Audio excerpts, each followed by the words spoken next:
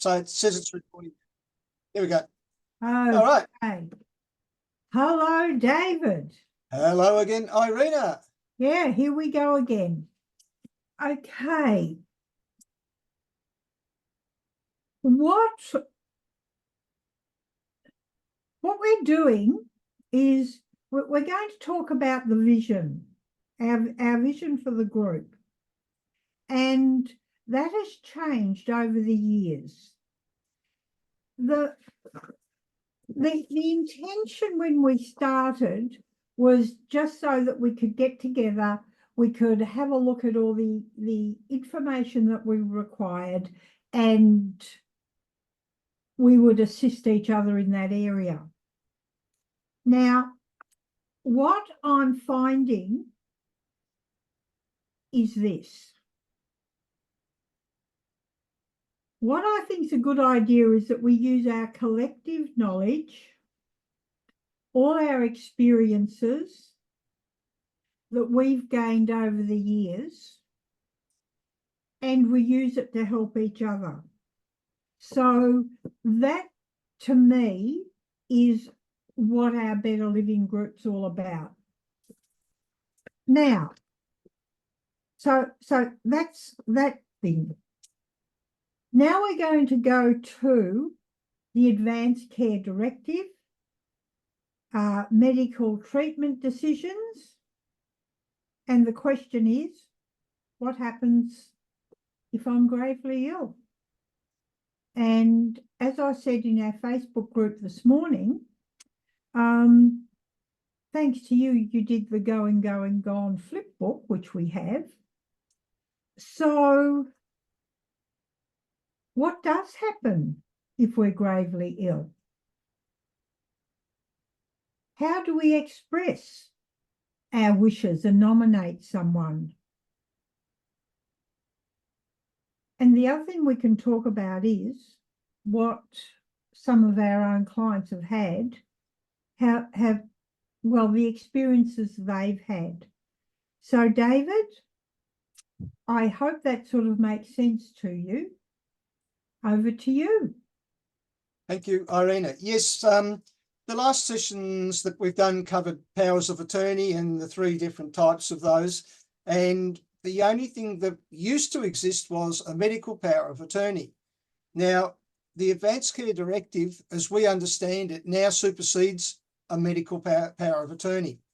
And associated with your Advanced Care Directive, you also need to appoint a medical decision maker. So we have developed the book that Irina was talking about, which I'm hopefully now going to show on the screen, which it's loading at the moment, hopefully. All right, so yes, the book that we've developed, it's an ebook, and it sort of flips over like a real book. It's called Going, Going, Gone. And in that book, we cover what we spoke about recently, the powers of attorney, which is here. And now what we're looking at is your Advanced Care Directive and medical decision maker. So I'm now going to come across to that particular part of the pages. Right, so in this section, we look at Advanced Care Directives and medical treatment decision makers. This is related to adults. If people under the age of 18 have got a separate form to do this, it's not done the same way. Some of the background information for this section can be obtained from Victorian Legal Aid. However, it is recommended that you use a legal advisor to finalise these documents once you've gone through it and determined what you need to have in it. Now, I've included a link down here to Legal Aid Victoria, which actually will give you quite a bit of information about what this is all about medical treatment decisions. This is Victorian government site, and it should be as up to date as possible. So it gives you some definitions, such as, in explanation, it says here that there are steps that you can take now that allow you to have a say about your medical treatment in the future if you're not able to make decisions for yourself because of an injury or illness. This is known as advanced care planning. You can choose a person to make decisions about your medical treatment for you, and that person is called a medical treatment decision maker. So this information and the pro forma that you'll get out of this site enables you to record and write down your values and preferences about any future medical treatment you may need. And that's where it's the Advanced Care Directive. Now, there are a couple of little provisos that we'll cover later on this, but basically the medical treatment decision maker is the person, gives them a person the power to make decisions for you about your medical treatment. And you know, it may be that you get to the point where you can't speak anymore, so you can't tell someone what to do, but you may have talked to your medical treatment decision maker previously, and in your Advanced Care Directive, you've actually written down a number of things that you want to do, such as, you know, if you become a vegetable and you're on life support, if you don't want to prolong that situation, you can ask for the life support machine to be switched off or the like. But something you need to realise is that your medical treatment decision makers should be someone you trust to respect your values and preferences for your medical treatment. You can also appoint a support person to help you make or communicate to others and give effect to your medical treatment decisions. Unlike a medical treatment decision maker, a support person does not have the legal power to make decisions for you, but they can assist you with other things. So the Advanced Care Directive is where you record your values and preferences for your medical treatment in a legal document called, surprisingly enough, an Advanced Care Directive. An Advanced Care Directive also allows you to make decisions now about your future medical treatment that must be followed. Your Advanced Care Directive can include your values and preferences for your medical treatment to help your medical decision maker with making decisions about your treatment. This is called a values directive. So your Advanced Care Directive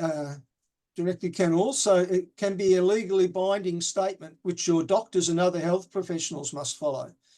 This is called an instructional directive, and you can say whether you agree to specific medical treatment. For example, you may decide that if you are diagnosed with cancer in the future, you do not want to have chemotherapy treatment because perhaps it will make your life less bearable for the foreseeable future. So when we look at advanced care planning, there are some forms that you can actually download and have a look at. They're fillable forms, and you download those and we can have a look at them in a little while. The Office of the Public Advocate, again, as we mentioned in the second session, has some very good information and resources to help you choose these things. So, and there is a document which we also mentioned last time called Take Control, and that is a guide to all of these things. It includes the medical decision maker, Advanced Care Directive, and the enduring power of attorney. It gives you very valuable information on all of that. So for the time being, I'm just going to go back to our book. And what I've just been talking about is actually set out in summary form in the rest of this page. And it's just repeating what I've just said. And a lot of this information came from the Legal Aid Victoria site. But also, you can find more information at the Victorian Health site, which I've given you a link to here. And this site actually enables you to download the forms that you want. So the forms that are there are the Advanced Care Directive for adults, and you'll notice that there's one here for people under 18 years of age.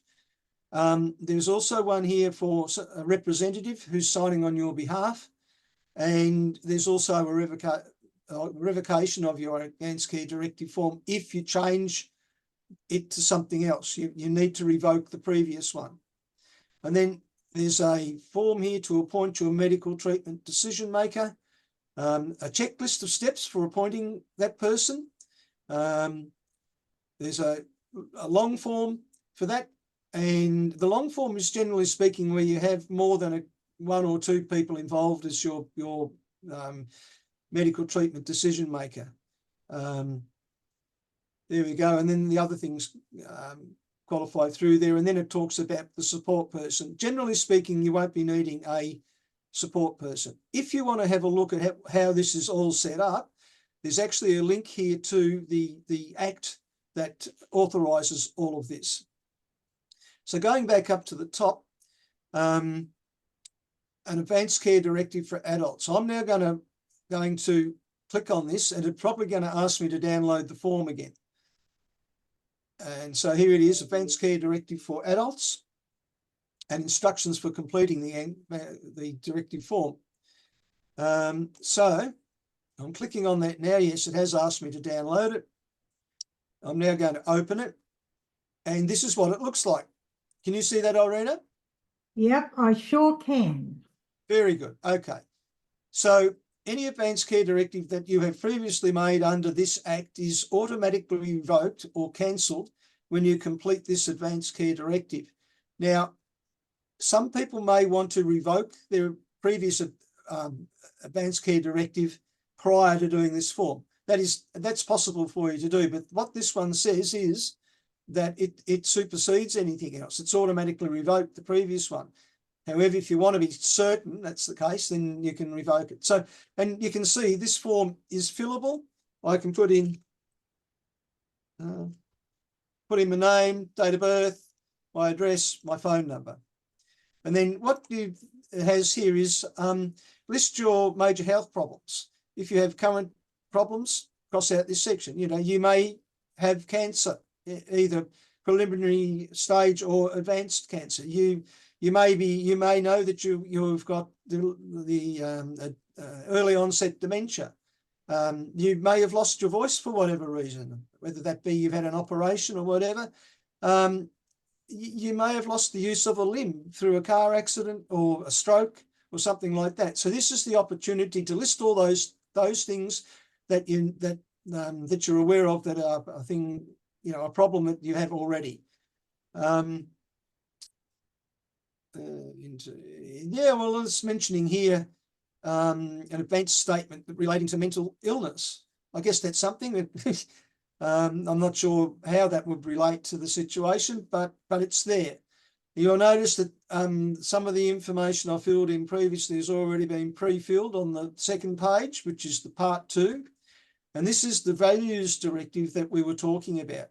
And your medical treatment decision maker is legally required to first consider your values directive when making decisions about your medical treatment. So remember, that's a person you trust to carry out your wishes, or who knows, understands what it is that you want to be done when you get into a certain medical situation in your life. And what you need to put down here is all or some of the sections. What matters most in my life? So have a think about that. Is it because you want to live your life in good health and happiness? You don't want to suffer if something happens. What worries you most about your future? Do you worry about having a car accident and not being able to do what you would like to do? This is where your medical decision maker can come in and help you. Are you worried about your family? Do you want them to be looked after? It's these things you just have to think about, and if you can, either verbalise or write them down. And then an important one here is part C, and for me, unacceptable outcomes of medical treatment after illness or injury are. So, for example, loss of independence, high-level care, not being able to recognise people or communicate. Now, also, after medical treatment, there may be side effects from, say, chemotherapy or radiotherapy and what have you, that make your life a misery. And you might say, well, that's unacceptable to me. So going on with the values directives, and then other things I would like known are. So, are you a religious person? Are you a spiritual person? Do you want to have be treated in the way that your church would do, or in accordance with your beliefs. You can put down here where you'd like to be cared for, whether that be if you're getting towards the end of your life and you have to have some care. So you can nominate which hospital or I'm trying to think what they call it now, palliative care facility. You may know one's better than the other. I think Frankston Hospital has a palliative care unit in Baxter, which is quite good. But you need to do some research on that if you want to nominate where it is. You can also include treatment with prescription pharmaceuticals, treatment for a mental illness, and medical research procedures. You might like to undergo a course of experimental treatment that hasn't been tried before, but it might be your last chance to have your illness or your condition treated, but it's never been tried before. But if you're on your last legs, well, what have you got to lose, perhaps? But you tell them that you're prepared to do it or not prepared to do it. And at that stage too, you can also have other people that you'd like involved in discussions about my care. And that can be your doctor, your family, close friend, whoever that you want to be there. And the section F of this thing in your values directive is, if I'm nearing death, the following things would be important to me. Now, you can think about that. It may be that it's important to you that your life not be prolonged if you're in extreme pain, or if you're in extreme nausea. It may be that you can say, well, I don't want a funeral as such. I'd rather just have a wake with all my friends and family in a particular location. And it may be that you've even left a communique behind that is read at that thing. Or you can tell them that you do want a funeral. You want it at your local church, or you want it in a funeral director, whatever it might be. And I know this sounds not so good because it's there, but it's a reality. If you get towards the end of your life, you want to be able to let people know what you want, not have decisions made on your behalf that you may not like.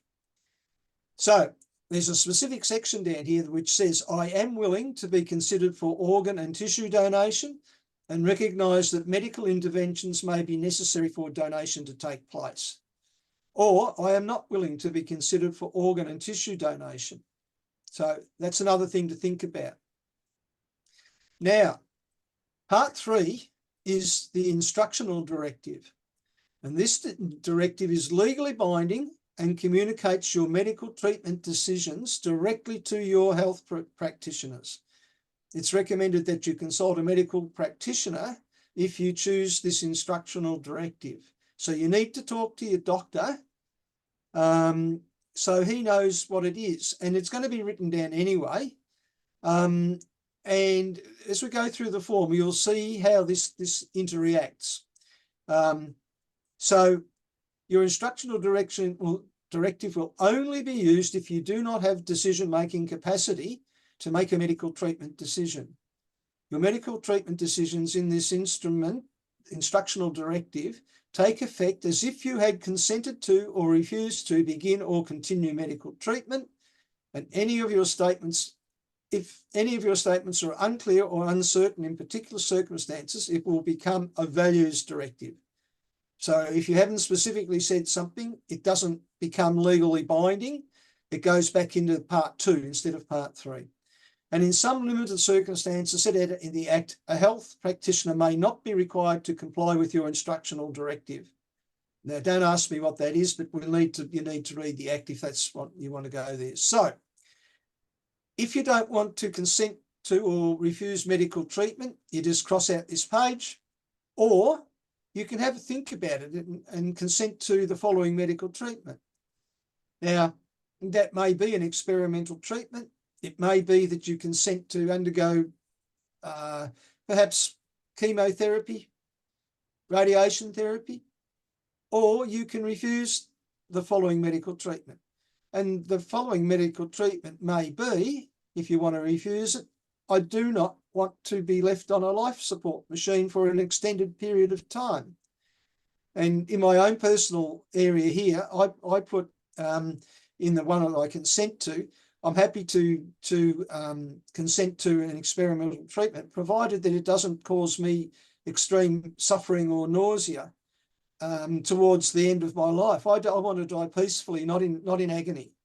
So they have a think about those sorts of things. There are examples on the side here that help you to make the decision. And there's also in those books, the little pamphlet that I mentioned, the one Take Control, it gives you a lot of examples and a lot of help in that.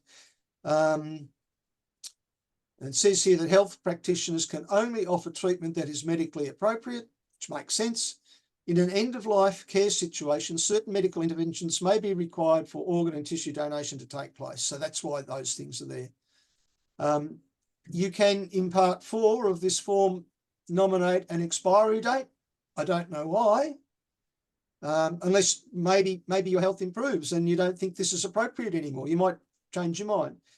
And then we could get to the point of doing the witnessing of this. It needs more than one person to witness this, and one of them has to be a registered medical practitioner. So each witness certifies at the time of signing the document, the person giving the advanced care directive appeared to have decision-making capacity in relation to each statement in the directive and appeared to understand the nature and effect of the statement in the directive. And the person appeared to freely and voluntarily sign the document, and the person signed the document in my presence and in the presence of a second witness. And I am not appointed the medical treatment decision maker of the person. So you actually have to have an independent medical person sign that, which I didn't realise until I read that just then, because I think I've got my doctor to do that, and I've nominated them. So I might have to change mine. I might have to revise it. And then the second witness is another adult witness. And so it doesn't say there that they have to have any qualification or whatever it may be. If you need an interpreter, you need to fill in the interpreter statement and who they are. And that's the whole form, basically. So it sets out a lot of information for you to take in, and we have a lot of other information available for you to help you out. So that is there. So that you can see that on the page that we put in the book, it says very, very briefly what all this is. So, but the links that I've given you, they provide the extra information you want, and each of those links has things like checklists, advisory notes, guides, all sorts of things that you can refer to when you're doing this. So, and then you've also got members of the Better Living Group who can who may have done theirs already, that can give you some help to do that. So that's about where we are for the time being. I'm going to stop sharing my screens now and just talk back to Irina and see whether she has anything else she'd like to mention at this stage. You know something, David? I'm listening to it and I'm going, oh, I think it's all too much. Yeah, well, the thought went through my mind too, but I've just been through this all and done it myself. And it takes a little bit of time, but the explanatory notes are very helpful. And, you know, I've just, as I was going through those forms then, I've mentioned a couple of things I did, but I've put a lot more than that in it. And then I've thought, well, gee, there's a couple of other things probably I should put in as well. So the other thing is what I've done with all of this, my power of attorney and my advanced care directive and medical decision maker, I've actually given copies of those, and I'll also obviously have my will with those as well, to the people involved with it, because one of the things they say is to have the documents accessible, and the easiest way to do that is actually to give a copy to the people involved. Yeah. Yeah. As I said, I think I may have to change mine, because I think I've mentioned my doctor as one of the people as my although it just says to, no, it'll be all right, because it just says my condition should be discussed with. The doctor's not actually the person making that decision. Yeah. So that's okay. As I said, it really is a very interesting, it's an interesting and difficult topic, because what I've found is that it's a lot easier just to ignore it and pretend that everything's going to be okay. And we are given each day.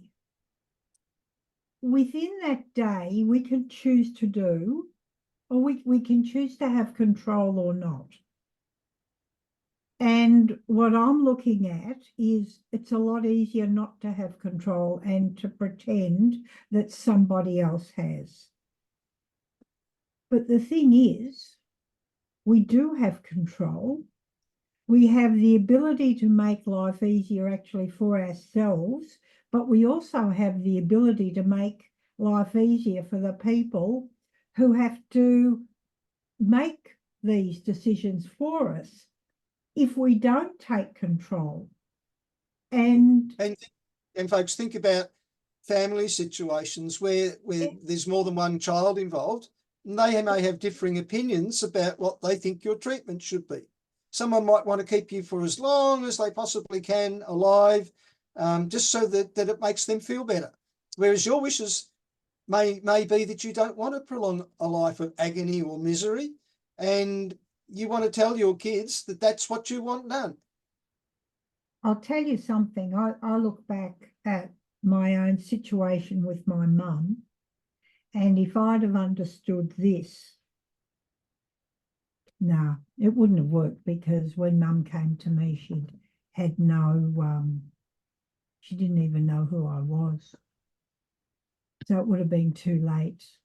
But it's like, so you can see that these things, when you get to a point where you can't make decisions anymore, you can't even recognise your family. They are very important, that you've done it while you're still in a sound state of mind and still in control of your affairs. Yeah, we just don't realise how important it is, and I think we don't realise the knock-on effect to the ones who are left behind to look after us. Yes, that's right. It's not an easy position.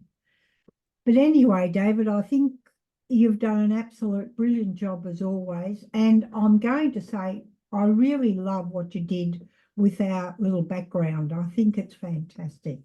Yeah. So Better Living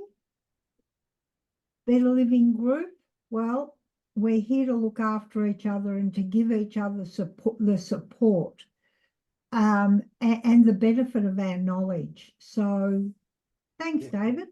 Absolutely. That's right. And just one last thing that Irene and I discussed this the other day is that we will possibly run some extra Zoom sessions on this if we want to do a question and answer session with the BLG members. What I was thinking exactly the same thing, and I've actually put down a whole heap of questions that I was thinking of. So yes, David, I think that's brilliant. Okay, all good. We've done well. Oh, now. All right.